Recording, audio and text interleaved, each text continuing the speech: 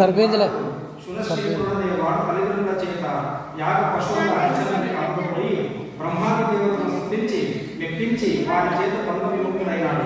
అతనిపై జాలి గ్రహించిన విశ్వామిత్రుడు అతని చేయి పట్టుకుని ఇంటికి తీసుకొని వచ్చి తన కుమార్తెతో ఇలా చెప్పాడు. కన్నులంగంటిని వీనిని మన్ననకు మరుండు నాకు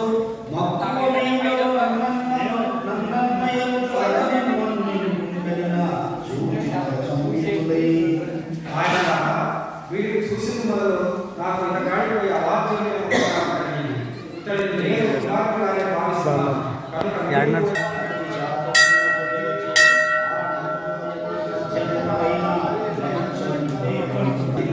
నమస్కరించి తండ్రి మీరు ఆనందించిన ప్రకారం నాకు సురక్షితంగానే అన్న అలాగే గౌరవిస్తాము కాక అనే వినవి విశ్వామిత్రుడు వారికి సంతోషించి మనకు కష్టమైన సురక్షితులు వారిని చేసి